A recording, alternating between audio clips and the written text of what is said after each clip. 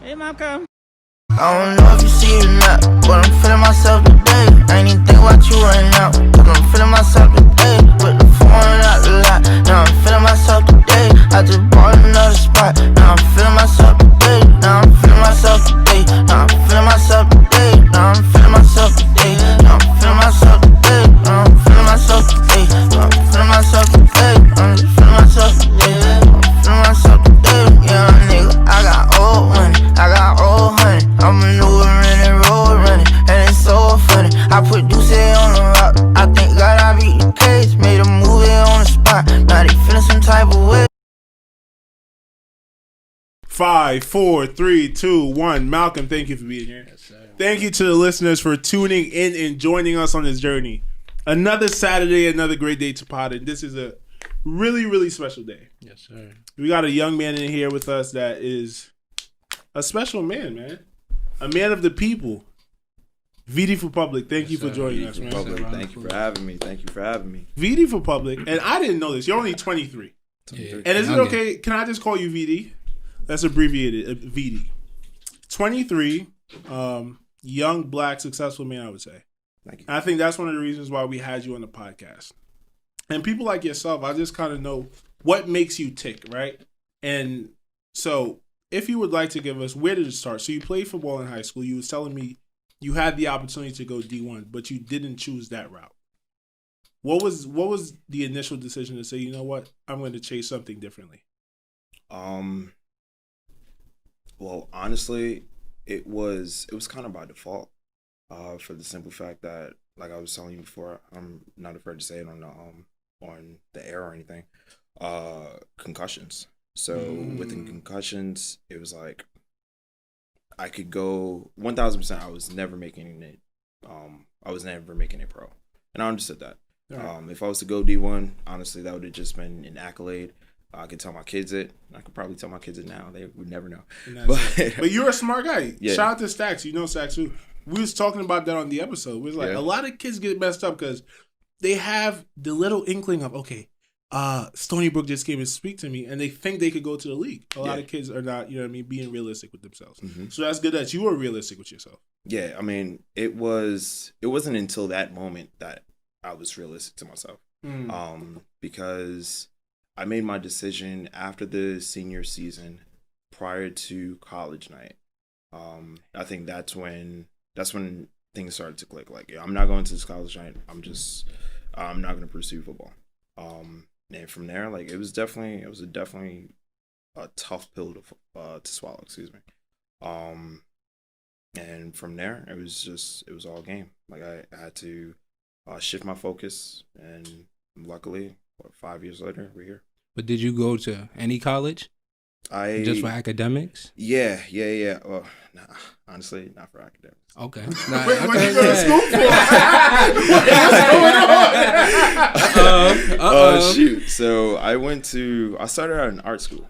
Okay. I started out in art school. I went to a trade school. I went to a trade school out here for maybe like 2 months. And then I transferred to an art school in Miami. And honestly, he was in Miami? Yeah. Oh man. Yeah, I see what he went to school for. Exactly. I see what he went to school for. I went to school for that. And even from there, like once I wasn't starstruck by, just the Miami lifestyle, kind of got old, and then started to like really focus on, like, just refocus on my focus. And then from there, like, that's when like my career started to form. Like, going to college, did you lose focus? I lost mindset? I lost my focus. Mm-hmm. I didn't like where I was. Mm-hmm. I personally felt just stuck, and I'm glad I felt it then rather than now. Yeah, perfect. For the simple fact that if I would have just continued, I personally don't know where I would have been, where I would be right now, at least, because I feel like if I continued, just a very stagnant role, it would have. I would have just been stuck in my ways. Mm-hmm. No grit to me, no ambition, and just stuck in my ways with a lifelong story. Just doing it just cause. I don't want it. Yeah, no, I feel you. I feel like that's a good lesson though, because a lot of people. Would you say you were depressed at all? At the way your life was going, like just deeply unsatisfied with the type of life you were living? 1000%. Okay. Yeah. And as I told you, if I may, I hope I'm not jumping ahead or anything. No, you're good, but, man. That's where that fearfulness came from. Right. And I did want to clarify that as far as you can't be brave if you're not fearful of something. Like bravery comes from overcoming the fear. Yes. But you have to acknowledge the fear first. So that feeling at 19, 20 was like, I don't know what I'm gonna do. I don't know. That's and then from there, like I took just put all the chips in. Push all the chips in on myself. I was actually watching an interview with Mike Tyson on Joe Rogan. Yeah. And we know Mike Tyson being this fearless guy. Yeah, how is he like he has a podcast now, yeah, right? no, he's good. He's good. It's different because obviously he's not this well-spoken, elegant guy, but it makes for a good podcast. He knows how to control a conversation. The thing is, he's not scared of anyone. I saw one clip. He was like, I think he asked Boozy or something like that. Oh yeah. Like, are you homosexual? Wait, he asked him that? Yes. Yeah. Webby. The thing is, Boozy is Boozy. Yep. And Mike Tyson. Yes. And Boozy, goddamn, Boozy badass. Like he didn't catch offense at all. No. He kept like just a straight face, like, no, I'm not. So I think it was off of him criticizing D Wade for his son and daughter. Actually, I watched a video. I think Mike Tyson said his daughter, who lives in Miami or somewhere, flew out just to see Boosie and press Boosie. Really? And Mike is like, damn, this is my daughter. She's pressing Boosie. Now I got to press Boosie. And but it was like such a subtle press. Yeah. Like if I'm just asked that, I don't know how. I mean, there's nothing wrong with the question, but just off of the context it was in. And I think that's why he makes for a great podcast. Yeah. Because that's fearlessness. Yep. Fearless, like just. So on the interview with Joe Rogan, he was saying that every time I get in the ring, I'm scared as fuck. Like, I'm scared, but... Are you trying to do his voice just now? No. No, I naturally have a funny voice. Come on. Don't make fun. Now you want to make me insecure for the rest of the interview. Yeah, like I really sound like that? No. But, yeah, he's like, I'm scared, but... I'm fearless and I'm brave because I conquer that fear every time. Yes. And I think that's a good message for most people because a lot of people, they get into living these lives that are deeply unsatisfying and the fear of being stuck actually cripples people. I think that's what's dope about your story. You realize where you were very fastly. A lot of people don't figure it out as quick as you did, but they're like, you know what? I need to make a move. It wasn't, it didn't feel quick at all. Like there were days and you would just feel the 24 hours. These days, I feel like the days just go by. So many things are happening, but you're just in this room, sitting here, weighing your options. I might be on Indeed one day, filling out job applications. Went from, like, I've worked sales, like retail, et cetera, and then I'll just bet on myself and maybe say, I'll go for an analyst or something like that. Like just completely weighing out the options and having no direction. So those days were long. But of course, looking back at it, fortunate enough to get out of that slump, like for my days to at least go quick. Like honestly, the 24 just go now. When did you start feeling that momentum? Like, what was the first move you made that you're like, okay, I think I'm on the right path now. I think with all the different things I'm weighing, I think I may want to stick to this. So, I mentioned this in my last interview. You guys are from New York, right? New York. Originally from Trinidad, but I jacked in New York. Really? So, yeah, no, I was born and raised. I moved here when I was 15. Really? Yeah, I man. I'm fresh off the boat. Listen, are you serious? Man. Yeah. No shoes, nothing. Yeah, dude, I didn't know. You can't tell. I mean, I still have an accent. Like if you hear me speak to my mom or something, okay. this guy is like He makes fun of my accent all the time because he can't understand me. So let me ask you this: what language is it that you speak? Is English. Yeah. You speak English, full English. It's like Jamaican, but you know what I mean? We have a dialect. And the reason why I have such a good accent now is because of people like you making fun of the way I speak. I got insecure and I'm like, you know what? I got to switch this shit up. This is not English. working for me. But you were saying something. Oh, yeah. What's the first move you made? Like being in that funk as an 18-year-old fresh out of college. Mm-hmm. What's the first move you made when you said, okay, I'm going somewhere and I kind of see my path now? First move I made was, instead of going back home after college, I changed my environment. My brother lives in Maryland right now. Lived in Maryland prior to as well. And I just had to get out. I just had to get out of what I was used to and just kind of form a mindset like I'm never going back. And that's the thing I told my mom when I originally left, is that I'm never coming back. Mm-hmm. And I'm like really big on my word. Although it wasn't necessarily in my favor, like of course mom's gonna let me in anytime, mm-hmm. rent free. She cooks at home. Mm-hmm. So mom cooking. Yeah, yep. So it was my stubbornness, but it was really, I'm never going back. I can never go back. And the first move was essentially that.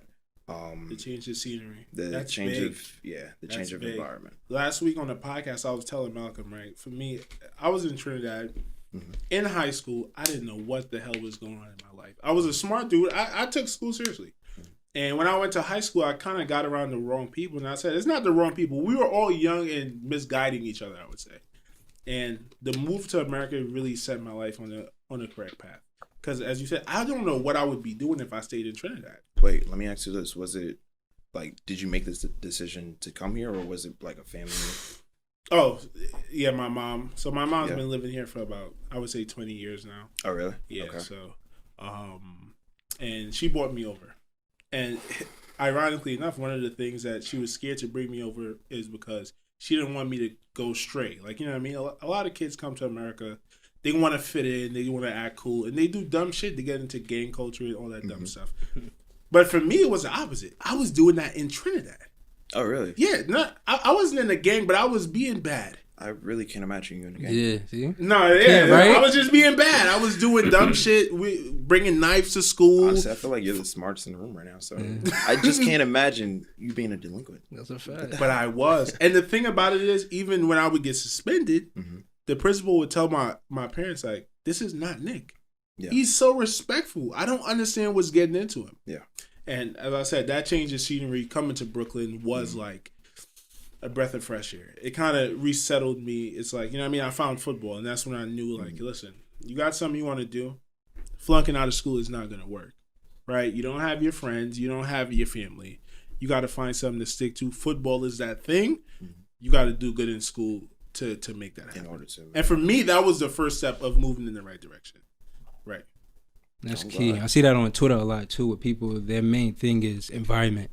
Yes. So it's like people that come from the military and they say that they don't go back home. They don't hang around the people that they were brought up since kindergarten. You understand? And the environment is so key to change around you because you feel like you start life as a new person. Yeah, it's not a knock to what you came from or who you came up with or anything. Like I said, I don't necessarily, like, my family isn't of money. Like, I don't come from money. So I feel as if, you know that saying, you're most influenced by the 5 people that you're usually around. Mm-hmm. That's so true. So true. It's literally so true because it's the conversations. Yes. It's about like I'm huge on positive mindset, affirmations. I wasn't hearing that, and not saying I love back home. Back home is back home. You know what I'm saying? The beginning of the month, we stressing about bills. Sometimes we stressing about we're stressing about what we're gonna eat tomorrow, and it's not like, shoot, we have no resources or anything, but it was like once you grew up to notice it, it was just I have to subtract myself from the situation in order to make that situation better. To grow. You know, like you just have to see the world prior to giving my family the world. The entrepreneurial mindset that you have, I'm sure nobody in the environment shared that. So not a lot of people. I'm not going to say no one had it, but not a lot of people. It's not something that was natural. Yeah. So in order for you to grow that, you know what I mean, you had to change that. So what was your first business venture, your first business opportunity? As I said, I was in art school, so I actually majored in fashion design and then minored in fashion marketing. Well, marketing in general, but they really focused on like brand marketing. So I started a clothing line. From the clothing line, obviously it flung, it didn't do well, but that's hard, right? I was selling. Shoot, we started out with printed tees, a couple hats. Honestly, I started the clothing line my senior year in high school after I decided like I'm not going to school for football, obviously, and that was my first convincing moment where like honestly everyone just bought my hats and I was just so surprised because I did a cross. It was like DSNY. It was called Desire. Desire, New York, and everyone just bought my hats. So I'm like, all right, cool. This is something. But that didn't do well because the reason why I'm so heavy on keeping my word now is because I was promising things. I was promoting things that I couldn't fulfill due to the lack of resources. And honestly, these days, it's just anything. Once it's said, it's done. Like I say that with all my boys. Once it's said, it's done. And from there, it's just Desire went from here to here. Now we're here. You know, right? So that was really the first. Okay, and that's one key thing Master P said is be a man of your word. So I take that personally too. Like, you know, when people say something, don't do it. And I like to hold myself accountable too. Like if I say something, if I say something and I forget and it pops back up, I'm like, thank God, because I hate when someone look at me and go, he's not a man of his word. Yeah, you know, and it's huge in this world now. Like I make sure I don't make empty promises, but if I can't fulfill them in a timely manner, I make sure that it's at least a priority. Okay. Like whether it's earlier, we agreed on the black ghost. Yep. Black ghost was in the shop. My white ghost is now in the shop. Mm-hmm. I just had to make it happen, so we got the Phantom out. Appreciate that. By the way, VD sent would that be considered a foreign? Is it a foreign? I don't know. I don't know cars like that, brother. Saying, I never rode in a double R before. He sent the Rolls Royce our way to pick us up from the crib. Like, we bought it out. It was just random people walking by asking to take pictures. It was like, oh, shit, let me take a picture. It's like, dude, I've never seen this before. And it's not that special, but we appreciate you for that experience because there's going to be a lot more Rolls Royces in our future. There's going to be a lot more in our future. That's the essence of Apex. Like now you have a standard. Yes. You're not just going to ride Uber Black and you got stars in the sailing now. Come on now, like. And from there, we have the stars in the sailing. It's a boat riding down the street. Yeah, it's crazy. It's a spaceship. It's a spaceship. But the interesting thing about the luxury car game, it's really all for show, right? Like I was reading the article. There was like people really just get this, like, you know what I mean? Some people go to a different state and they have clients. They just want to show this luxury look, so they get you know what I mean, a luxury vehicle. There's no practical use to it. What you say? Or do some people use this as their main vehicles? Like they're just. I have clients that do, but as far as. Just as I said, the standard now, like that's what I really built Apex off of. It was, shoot, I get goosebumps of like talking about Apex all the time. So that's your baby. That's my baby. That is my baby, Apexblkcars service. So with the luxury vehicles, at least, is to like now you have a standard for yourself. I started off of, I remember how I felt in those times where I was just uncertain. But let's just say that 18, 19-year-old was to ride with my service today. Their confidence is going to go from here to here. Their standards are going to go from here to here. They're just going to, it's a high. It's definitely addicting where you don't expect anything less from yourself, anything less from the cars that you drive or drive in. You don't expect anything less from your drivers. Like, honestly, the first time I rode like in the back of something, and actually like had the full chauffeur experience, after that, I was expecting the Uber drivers, like regular Toyota Camry Uber drivers, to come open my door. So, it's definitely a confidence thing. It's a standard thing. I see it. It kind of builds you up to expect a certain standard of everything in your life. But you have to, with that expectation, you have to work towards that expectation. Yeah. So it holds you accountable too. Stop 1,000%. When did you first get into luxury vehicles? I've always been into it as far as like an interest, but actually practicing it, like Apex is brand new. Apex is what, 3.5 months old, and from there, like it all started off of me leasing out my first luxury car. Okay. And honestly, I just had no use for it. To be honest with you, like What type of car is this? This was yours. Okay. So I had no use for it at all. Like I would still, like I have the Grand Cherokee back home, and that's like my everyday. I have to go to Philly or something because I'm in DC right now. Okay. So I would have to go to Philly, go in a Grand Cherokee. Yeah. Obviously, like the Urus, I'm not putting miles on it, and me personally, it was a high at first, just because I could do it, and honestly, I don't even like the attention that it brings, because one, just as you said, people actually take pictures with it.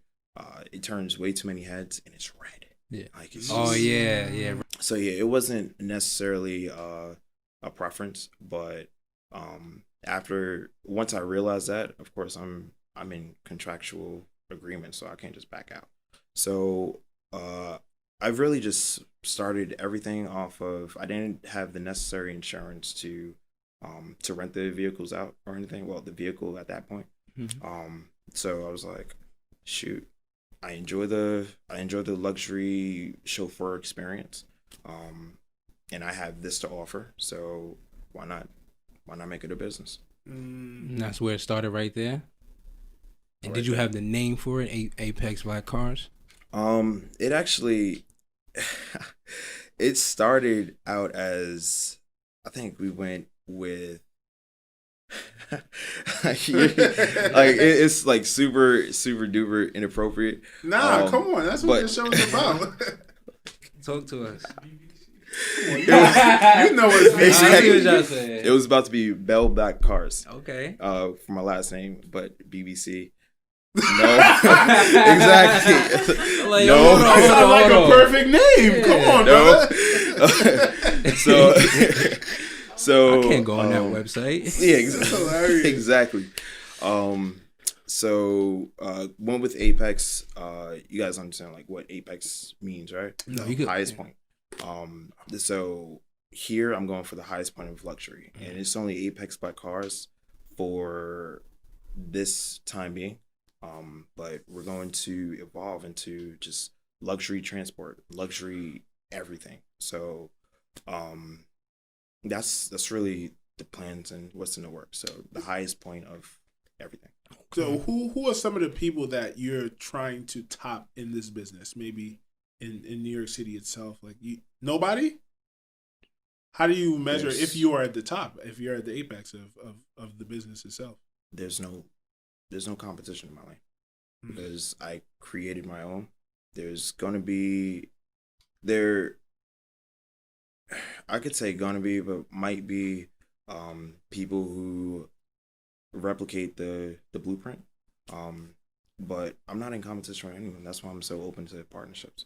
I have multiple partnerships, and that's huge to me because, like, I'll get to this in like the in a couple of seconds. But as far as the partnerships, I'm able to create the partnerships off of my unique standpoint.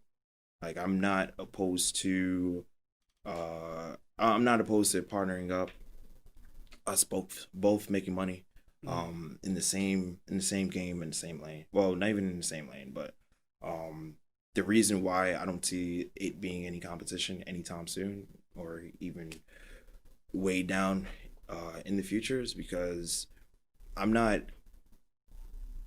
necessarily here to step on any toes. Anyone in this game will respect what I have going on or what I bring to the table, for the simple fact that it's a brand new point of view. I see things different.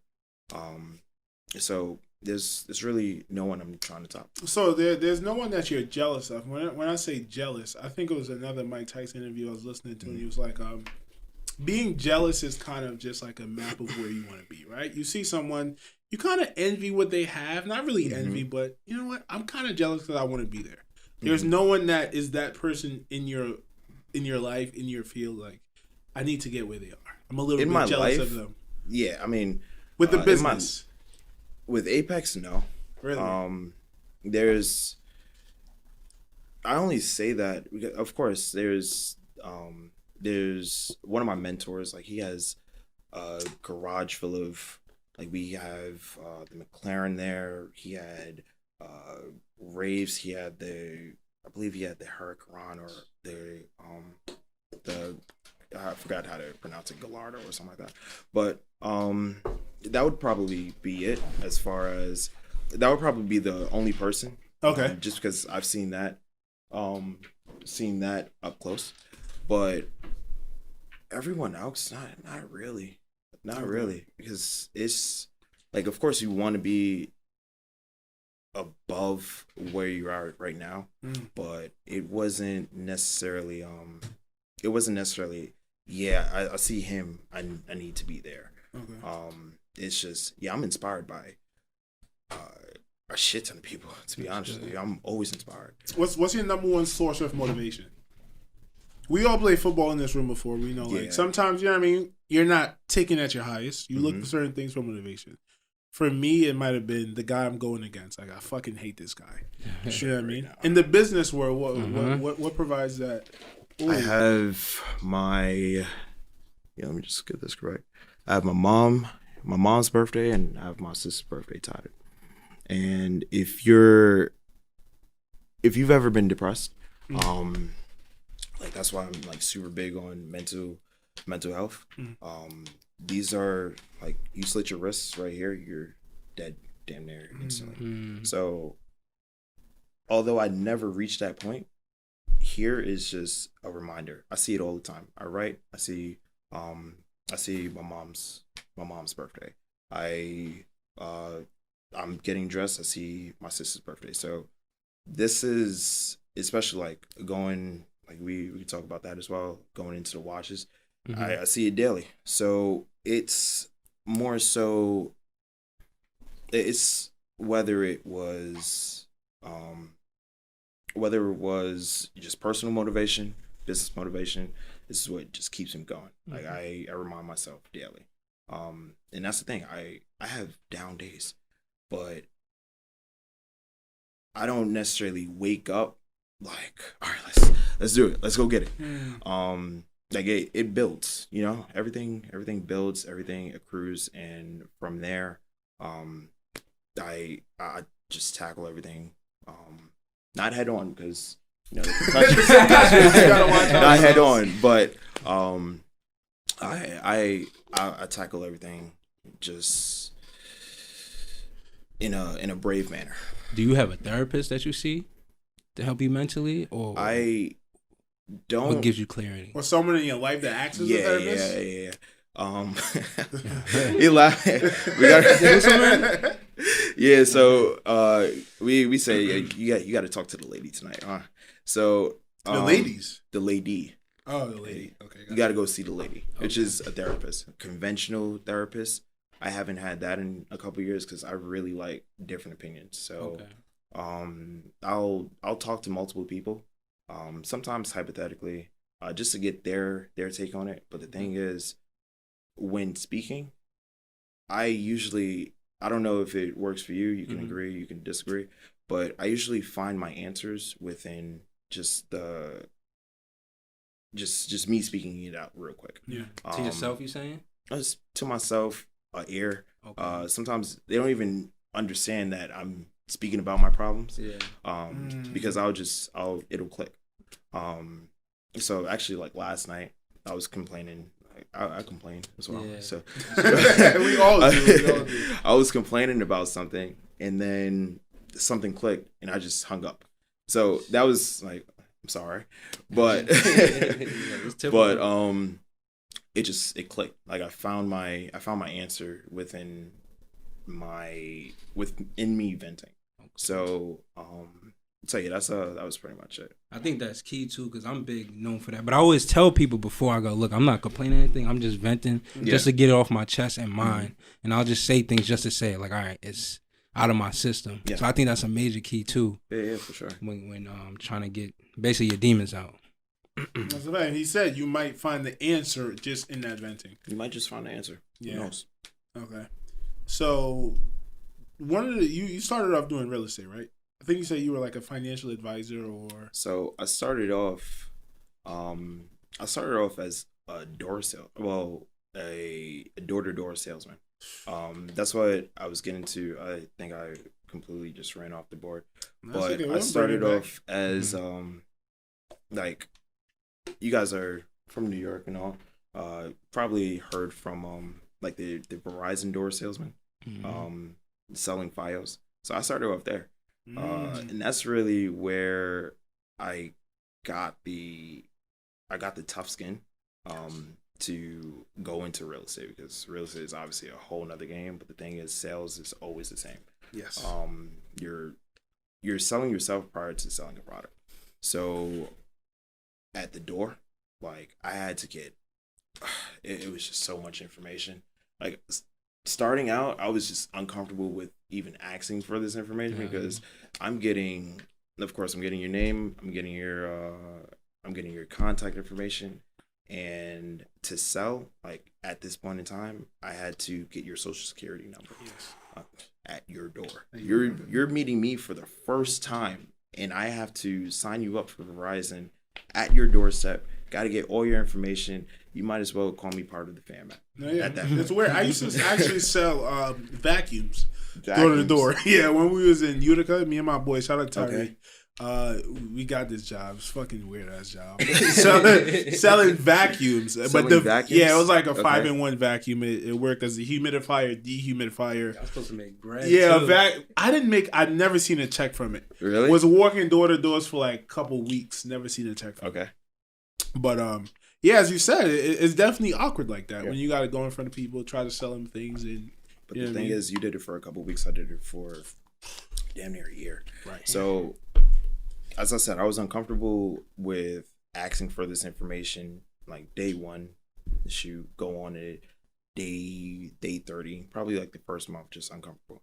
But and the thing is, it was commission based. Like, there was no salary to it, as you probably know. Yeah. And if you can't relate to this, do you guys know of Cutco? The knives. Oh yeah, the knives. Yeah. Like, honestly, all of my boys would be in the Cutco business. Okay. And I think this was like fresh out of high school or during high school. So me mentioning that, I just wanted to be as relatable as possible. But I was going door to door, and the thing is, like, what I learned from, like, what I took from that the most is that you have to maintain your poise, you have to maintain your composure the same way. So we would have a law of average, like, you have to see 100 doors just to make one sale or something like that. But the thing is, you never know when the sale is going to come. It could be door 1 or it could be door 100. So I have to have the same positivity. I have to have the same energy. I have to have the same smile that I have from door 1, because it's like, all right, cool. I'm fresh. I'm just getting into the field. I'm just getting into the neighborhood or whatever. My energy is high. I'm going to make money. But that door, honestly, I could say this: the door would shut right in your face, say "fuck off," right? But shoot, like now it's a hit. Like that's your first door. Golly. So going into door 2, are you gonna let door 1 affect your energy for door 2? And that's what I understand now. Like I make money off of no's. You hear no way more than you hear yes. So once that yes comes, it's just compensation for all of the no's I heard. Yes. And yes. Yes. No, but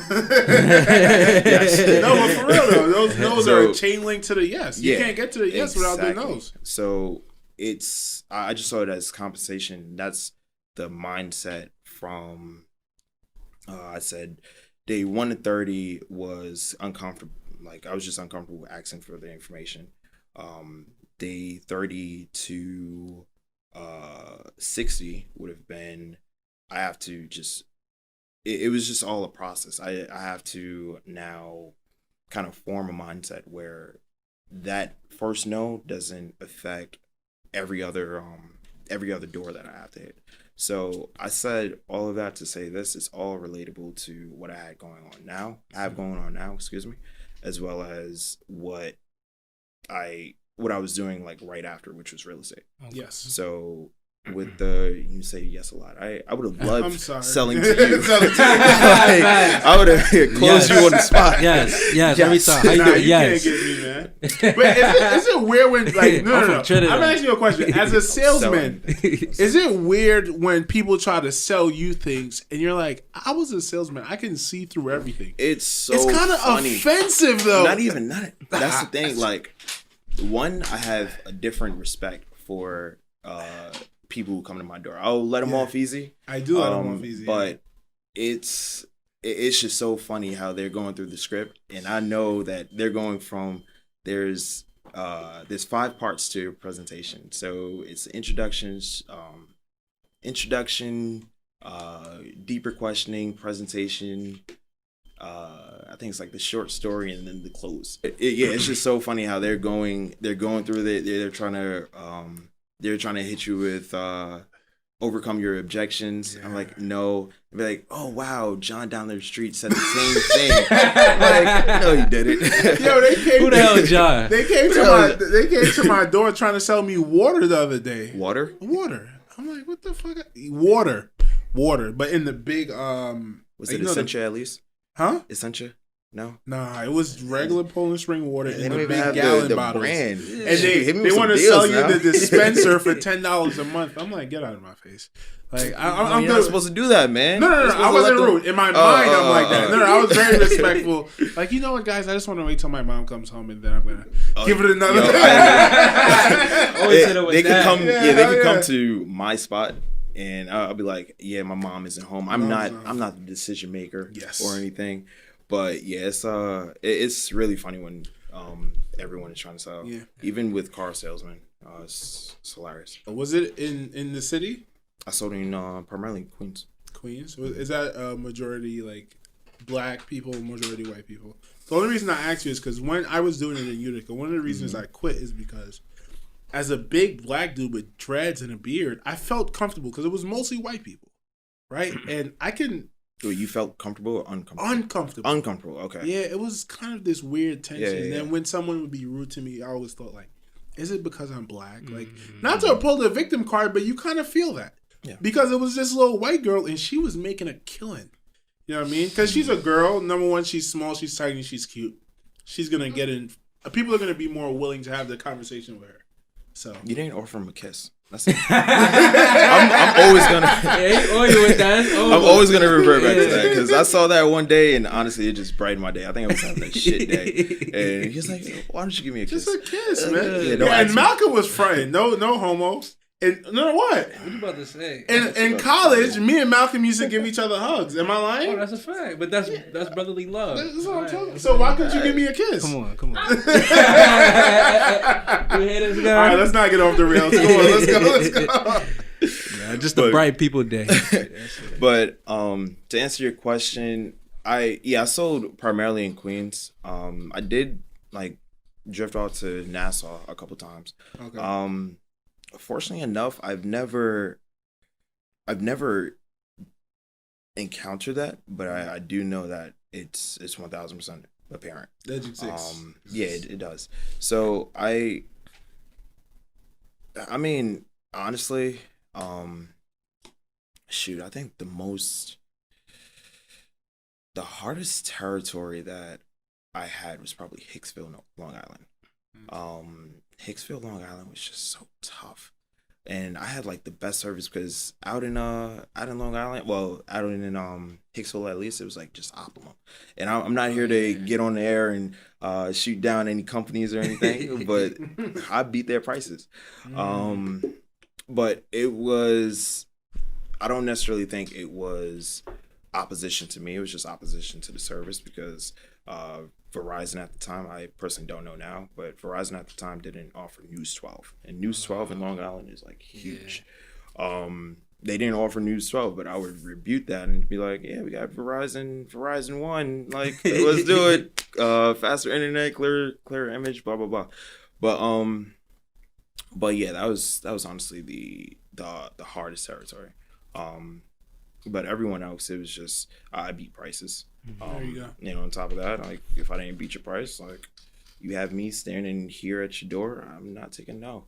And not on any forceful thing, but like it's now a back and forth. It's a negotiation, right? So the best term in negotiations is like, let me hit him with some quotes here. If I were to do this, would you do that? So if I was to give you this, which is usually something that was in your favor, would you do this for me?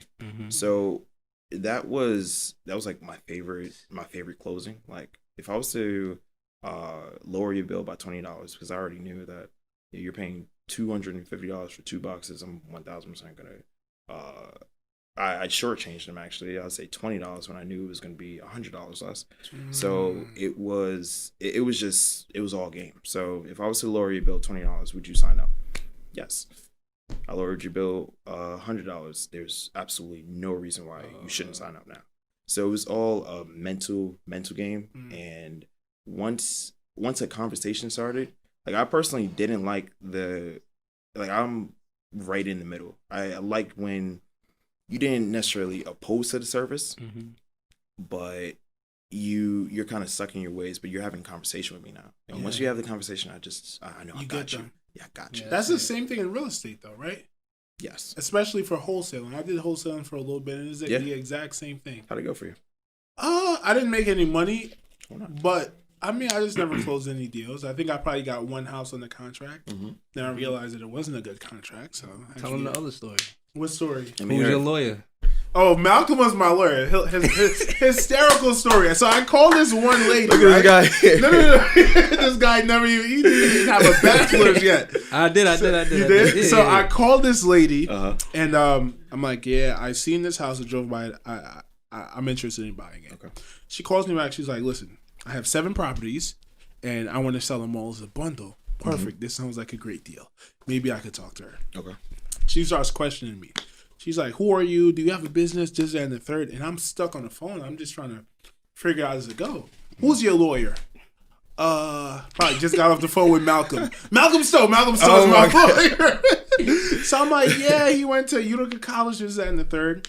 I'm like, I called Malcolm. I said, Malcolm, I just told this lady she's your lawyer. I gave her your phone number. She might call you. She called me back like, Malcolm Stowe is a running back at Utica College. I'm like, oh, fuck. But somehow I don't know if she definitely didn't believe it or not, but I got caught red-handed. If she call you 5 years from now, then it's certified. Yeah, and it's interesting. See, I spoke that on to exactly, you because bro. now he wants to be a lawyer. Yep. For? Yeah. Okay, so how's that coming on? It's studying right now. Yeah. I'm gonna take the test in April. Yeah. Best of luck to you, brother. Thank you. Appreciate it. Absolutely. If you need representation, you know what I mean, hit Malcolm in a few years. Corporate Guala. Yeah, corporate Guala.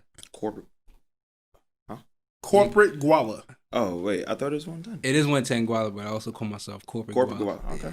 Like Like if I dress up like you know what I'm saying? Corporate Guala, man. Uh-huh. Or Corporate Mal, Guala, yeah. or Mal Dior. You know what I'm saying? Mal Dior? Mal Dior. Oh my God. I'm sure you're pronouncing that incorrectly. Probably yeah, right? It's not. It's like That one is Dior. actually that one is correct. We were talking about pronunciations earlier, and it's huge in this world because they'll just look at you. They'll look at you crazy if you don't pronounce it correctly. Can you teach some of our listeners some of the things they might be pronouncing incorrectly? Just a few of the basic ones. Why you look at it like that? But all right, cool. So commonly known as Maybach is Maybach. Commonly known as Balmain is Balmain. Commonly known as YSL is Saint Laurent. Commonly known as Richard Mille is Rich. I believe in France, and honestly, someone may correct me, may not. It's like Richard Mille, but out here we just call it Richard Mille. So you did a little bit of wholesaling yourself, right? A lot of bitter wholesaling. Okay, a lot of it then, definitely 10 times better than us. I wouldn't say Me being the false I lawyer. have a real lawyer. At Yeah, least. exactly. There you go. Exactly. So let's talk about the legal game of wholesaling. If you could talk more about that, your whole real estate journey too. So as you know, I started out as a real estate agent. From real estate agent, went into I met my mentor as my client, and he was buying all cash out of New York, which was kind of absurd to me. Yeah. So, and on top of that, I'm like, he lived it all. So going back to the person I looked to be, it was definitely him. He had a Rolls Royce, a Dawn, if I'm not mistaken. Okay. But yeah, he was driving in a Rolls Royce. I was like, shoot, what you do? Mm-hmm. So he introduced me to real estate investing, and the thing is, at that time, I wasn't making a crazy killing off of being a real estate agent. I was mediocre. Mm-hmm. And I'm humble enough to admit that I wasn't doing crazy well. I made ends meet at least, but I wasn't driving a Rolls Royce. Yeah. That's the problem. So yeah, that was the problem. Mm-hmm. So I wasn't in tune with the whole real estate investing game, because as a real estate agent, just your day to day is you're trying to make ends meet, like I said. So you're not really thinking too much ahead. You probably have the thought, all right, I'm gonna buy a couple properties, house hack, might flip them or whatever, but you're not thinking in the sense like a small amount of money can make you a lot, or a small amount of money could last you for 10 years down the line. So he introduced me to that concept. And then I got into Airbnbs. From the Airbnbs, honestly, that's when I started to do pretty well, like with the Airbnb, because I just understood the game better. Quick story about your Airbnb. I remember one time I seen him on Twitter. I was telling Nick this earlier. And it was some girl dancing, right? She was like dancing over the rim. Like he caught it. It was like, yeah, this is right by one of my Airbnbs. Yes. Yeah. It was this is off that was, I believe it's like Red Rocks in DC. So I have an Airbnb. Like I wasn't lying or anything. It was literally across the street. So promotion, marketing. Never miss a chance, bro. Never miss a chance. Yo, you want to get lit like that? Entertainment? Yep. Go to my Airbnb. But so I did Airbnb prior to wholesaling. Okay. So I had a little chump change from like real estate. Real estate agent. Mm-hmm. So that's where I first invested into my first Airbnb. Okay. So No, I can't. I definitely can't say that on there. So the investment was maybe like 10 grand. Went on to start doing well, and the process was like really, really easy. So from the first Airbnb, when I inquired the second, the first 4 were all under me, and then the next, I think like the next 6 to 7 was like partnerships. So I would go joint ventures. Essentially, you have the credit, I have the money, or we just have an equal amount. Let's just partner up. Why not? So I had 4, acquired 6 to 7 more. So now I'm at 11. From 11, like it just started to grow. And then went into wholesaling once I relocated. Okay. And then the relocation, it enticed like a whole new network. So wholesaling, like I already understood real estate. Yeah. But with that understanding, you have to understand that it's not the same, although it is the same. Mm-hmm. So, and on top of that, like real estate agents, especially in like the DC, Maryland area, they hated wholesalers. Oh yeah. Because you're taking their business essentially. They hate you. Quick 1000%. story. Quick story. I do Lyft, right? I'm sorry for cutting you off. And this guy, he gets in. Is at a time where all I'm doing is real estate, so it's literally everything I talk about. Me and Malcolm used to talk about this probably like 2 or 3 times a day. And this guy gets into my car. And I'm not going to tell you guys all the insults that we threw back and forth to each other. Wait, you were the Lyft driver? I'm the Lyft driver. And he's the passenger. No. Looking back, insulting? No. So we didn't start off by talking shit. So they're having a nice conversation. Uh-huh. And he brings up the fact that he's a real estate agent. So I'm like, hey, man, I do wholesale. And we're having this conversation. As soon as I tell this guy I do wholesale, the energy shifts. The demeanor change. He starts insulting me.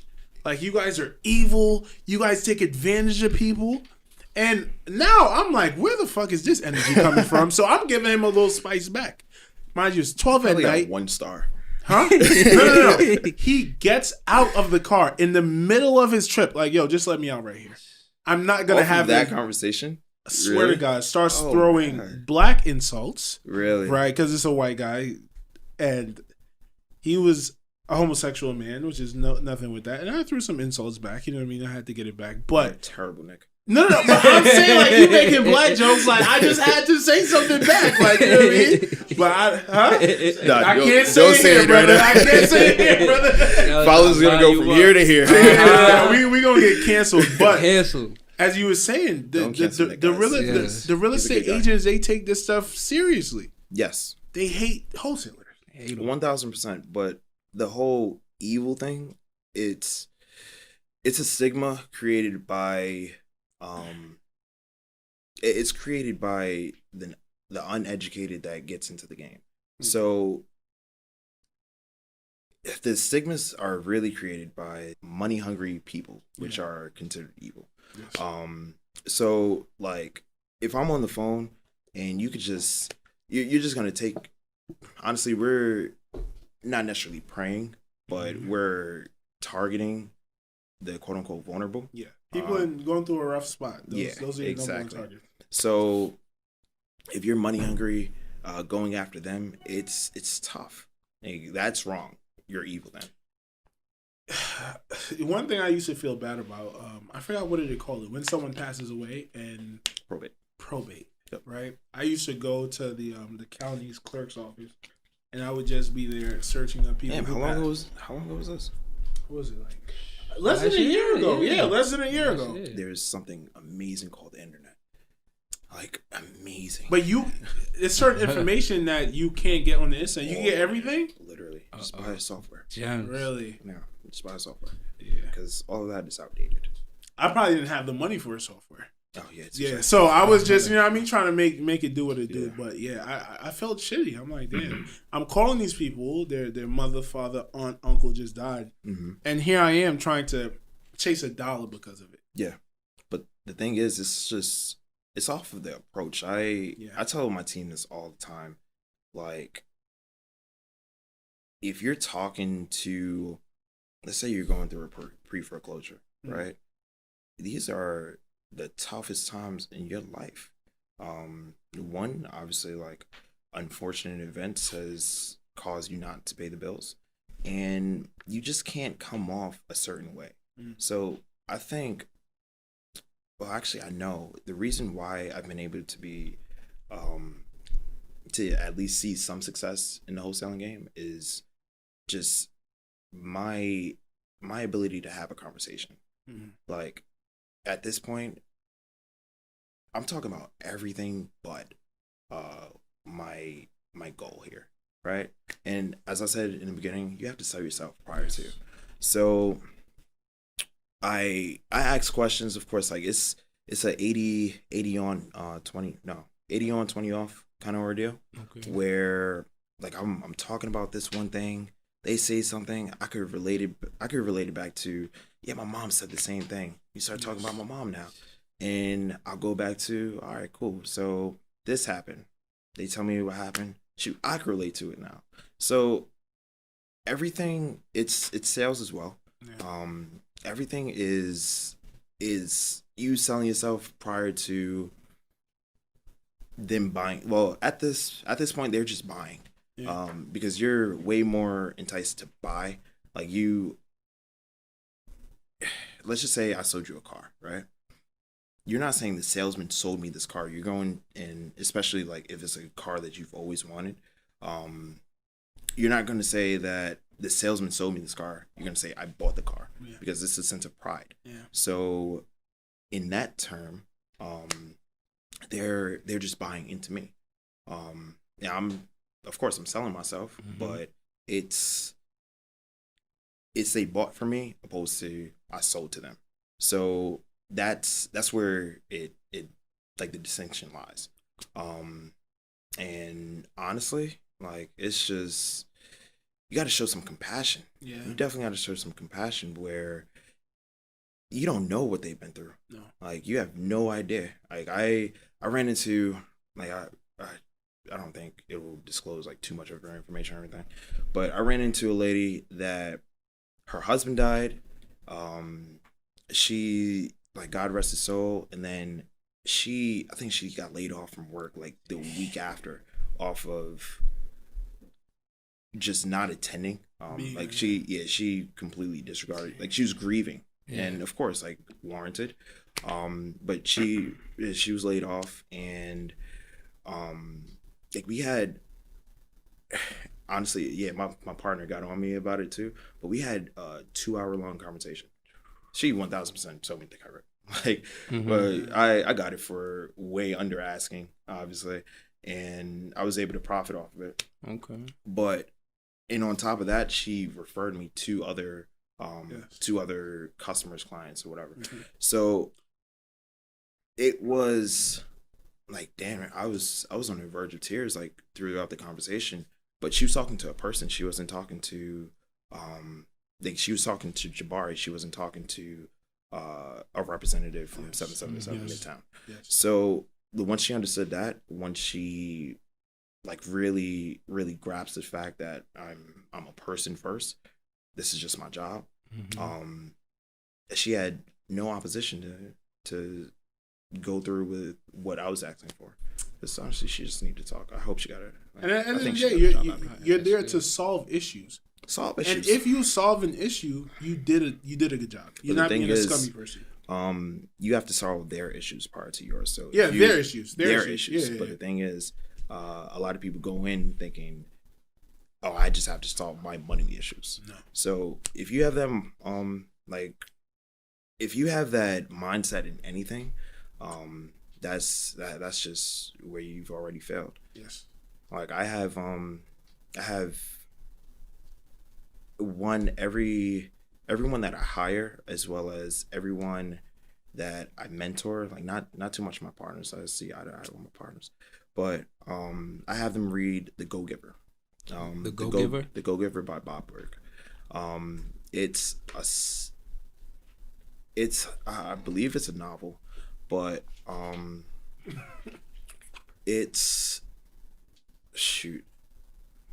believe it's a novel. I'm trying to think if it is so far. But all in all, The Go-Giver, it embraces selflessness. It embraces removing the significance of a dollar and emphasizing yourself. So it's like, I don't want to get into it like too much, but it goes into the salesman trying to close this deal. I think it was like a quarterly goal or something like that. And he meets this guy, like a huge account that he was trying to land. And from there, he didn't land the account, but the guy that he approached for the big account showed him really the way of life. Like, put people first prior to your pockets. So it's like the huge P's. Like, you go for the people, your pockets will just enlarge. Yeah. That's true. This is a great life lesson. Our service, wholesaling, you're taking care of their problems first, like you talked about, and Absolutely. they help you. And then look, she gave you many of clients too, because you helped solve her problem. She gave me 2 clients, but she made me a lot of money. Exactly. Well, what's the biggest check you got from wholesaling? I made $27,000 off of one deal, but it definitely wasn't my quickest deal. It was, I think usually it's like within 45. I think it definitely took over 2 months. So between like 60 and like 75, but 27,000 within that's 27,000 within a quarter. So quarters, of course, like 3 months. So 27,000. That's what's up. It's pretty cool. So you definitely work hard, you know what I mean, as a parent, just by the things you've achieved at such a young age. What do you do to wind down? Like, what's the play for VD? When you want to, you know what I mean, just enjoy life a little bit. Yeah, I try. At least I try. Excuse me. As far as what do I do to wind down? I'll probably gamble in Madden or something like that. Really? Yeah, usually losing with my Browns. You're a big Browns fan. You even use them in Madden? Brown on Madden. Bro, I'm a Browns fan. You really I am are a a Browns Cleveland fan. Browns fan. I went to my first Browns game. I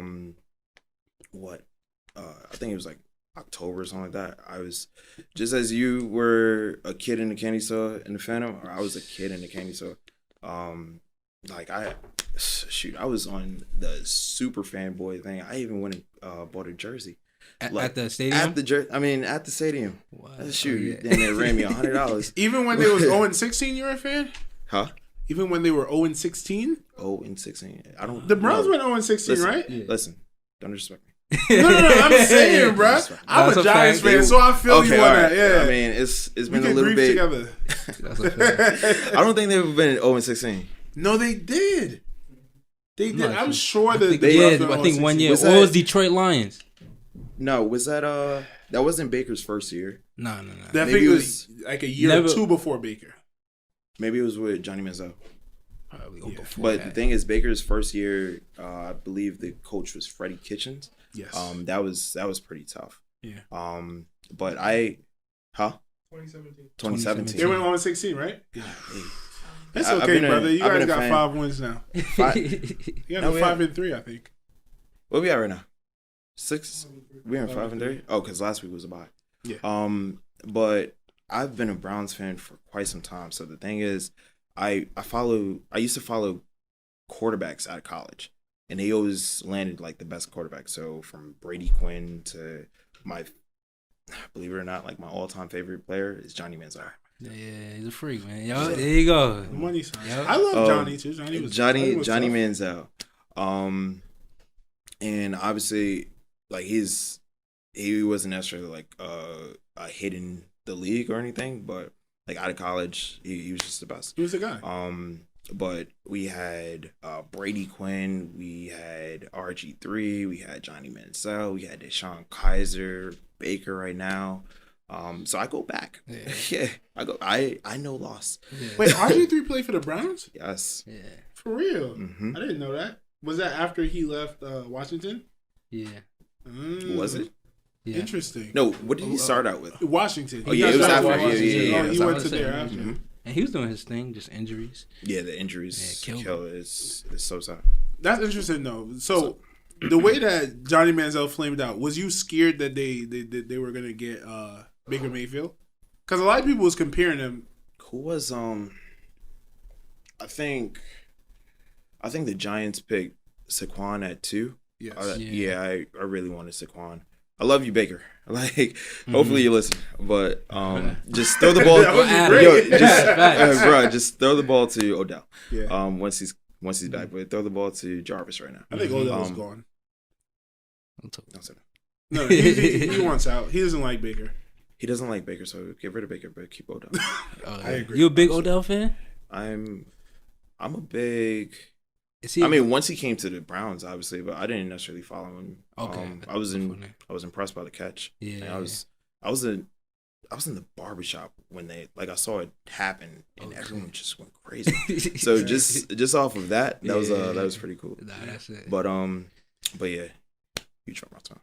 Oh, I hope that the season turns out good for you guys. I mean, I don't have anything to cheer for, so I'm a little happy for you Come that to you got. Cleveland. It's okay. No, absolutely not. Coach Fod's a Browns fan too. Coach That's Fod's our a head Browns coach fan? at Utica. Yeah, Yeah? he's a Browns Okay. fan. Yeah. Right. Yeah, my kids are gonna be Browns fans. Like and everyone asks me why. Like I've never lived in Ohio. Have no family in Ohio. My mom is a Giants fan. I just gravitate towards the Browns. Gotcha. I believe in the growth, trust process. Gotcha. Now, are you still mad that they don't have Saquon Barkley?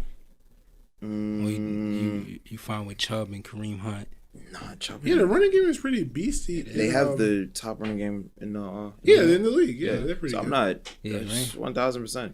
And the Chubb's growth is like definitely just crazy commendable. Because he's out of Chubbs is out of Georgia, right? Yes. Georgia. Yeah, Him Chubbs and is out Mitchell. of Georgia, and then Kareem Hunt, he was from the Chiefs. Yeah. So like between his mishaps, I wasn't sure, but just that duo right now, Yeah, bro, it's just exactly. like it's bread and butter. Yeah, I'd be scared if I was a linebacker. Absolutely. That's what's up. I don't want to hit you. Because either your ankles are going to be crossed or you're getting ran Ran through. over. So I love seeing what they're doing now. Gotcha. Good guys. Ladies and gentlemen, it's with deep dissatisfaction that we are out of time. We are. It is time. Time flies when we're having fun. We are. Yeah, it's past. What time is it? Thumbs up. It's like almost. Yeah, it's past 10 o'clock. But Aw. it was a great show. What do you think? You enjoyed it? I think so. What do you think? Yeah, Was that top? Yeah. Was that? It was the of- Apex. This was the Yeah. Apex podcast. I would say guys. that. I hope to have you guys as clients at least soon, right? Absolutely, Yeah. man. Absolutely. We definitely come We to need you. that experience again. This Definitely. is no other. Yeah, no. There's no other. And you dropped a lot of gems that we're going to pick up after the podcast. When we Yeah. look, you know what I mean? Because things are moving fast when we're in here, but there's a lot of great things you said that. Yeah, for sure. And once again, thank you for coming through, man. Thank we you guys. appreciate Thank you. Thank you. Ladies and gentlemen, VD for Public. VDforpublic. Boom. We out. Ever told on a nigga? No. Ever squeezed a trigger? Yep. Ever set a nigga up? No. Ever helped a brother out? You're a very interesting guy, right? And I've been telling you this from the get-go. You're into the suits, into the watches, nice vehicles. And we was having a conversation before this, and I'm like, you look like you're forming yourself. What movie did you watch that you said, you know what, this is the person I want to be? The Great Gatsby. The Great Gatsby. The Great Gatsby. Is that And with Leonardo DiCaprio? mm, Exactly. So shoot, we could go all the way back to, I think we read it in junior year in high school, if I'm not mistaken. okay. But luckily, when I read it, the movie that came out, and I believe it was like 2013. I was like, right there, Jay Right Gatsby. there. That was it right there. was It just right clicked like. What about it specifically? Did you? It wasn't the elusiveness of it. I really wouldn't say that, but it was just the way he carried himself. Okay. It was, like I was telling you before, as far as like the media and all, it's not my strong suit, but it was the lifestyle, the everyday lifestyle, palace on the island. That's it.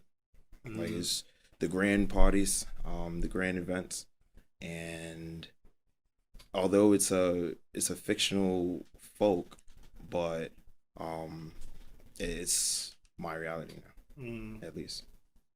It's who you're trying to mold yourself to be. I wouldn't say I'm trying to be that. Like I feel like I'm I'm VDforpublic. I'm Jabari Bell. Right. So it's honestly, I saw it. I was like, all right, cool. I'm gonna take parts of it, but you won't see me and say, shoot, that's a great guy. That's a great guy. You know what I'm saying? Mm-hmm. So yeah, that was pretty much it.